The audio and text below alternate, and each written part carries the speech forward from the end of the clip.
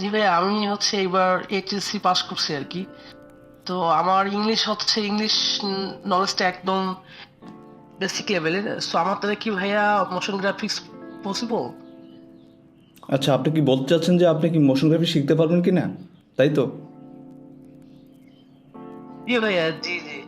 ওকে ওকে ওকে। আসলে গাইস, এটা অনেকেই বলে সে কি মোশন গ্রাফিক শিখতে পারবে কি না, তার এডুকেশনাল স্কিল আছে, বাট সে কি মোশন গ্রাফিক্সে মানে আসতে পারবে কি না। অনেকে বলে যে আমার ইংলিশ একটু উইক, আমি কি আসতে পারবো কি না, এরকম মানে নানান রকমের মানুষ অনেক কিছু বলে। আজকে আমরা আর কি ওইটাই মানে ক্লিয়ার করব। আসলে এসব এডুকেশনাল স্কিল বলেন বা এগুলা লাগে না, আপনারা মানে আর কি যে কেউ আসতে পারেন এই সেক্টরে। আরেকটা কথা হলো, যদি আপনাদের কি মানে ক্রিয়েটিভ নলেজ থাকে, যেমন এর আগে যদি আপনি আর কি ডিজাইন শিখে থাকেন, তাহলে একটা ভালো একটা অ্যাডভান্টেজ পাবেন, রাইট? আর আপনাদের মানে আর কি ওই ডিজাইন যে শিখতে হবে ওই প্রো লেভেলের এমন না।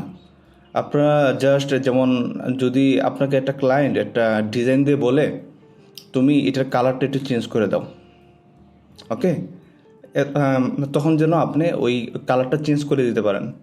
অথবা আপনি আপনাকে বললো যে এই শেপটা টপ রাইটে যাবে, তখন আপনি বটম থেকে নিয়ে এটা টপ রাইটে দিয়ে দিলেন, বা একটু লেয়ারগুলো একটু চেঞ্জ করলেন। মূলত এগুলোই মোশন গ্রাফিক্সের মানে কাজ। এমন না যে, এরকম কমই আছে যারা ডিজাইন করে দেন এলো তারা অ্যানিমেশন করে।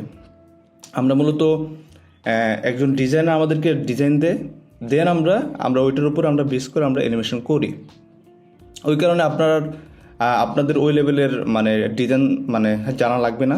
আপনারা 3 মাস আগে ডিজাইনটা শিখেন, কীভাবে Adobe Illustrator, Photoshop, XD, Figma, লেয়ারগুলো কেমনি কাজ করে, মানে একটা ডিজাইন কীভাবে কাস্টমাইজ করা লাগে, এগুলো একটু আপনারা শিখে নেবেন।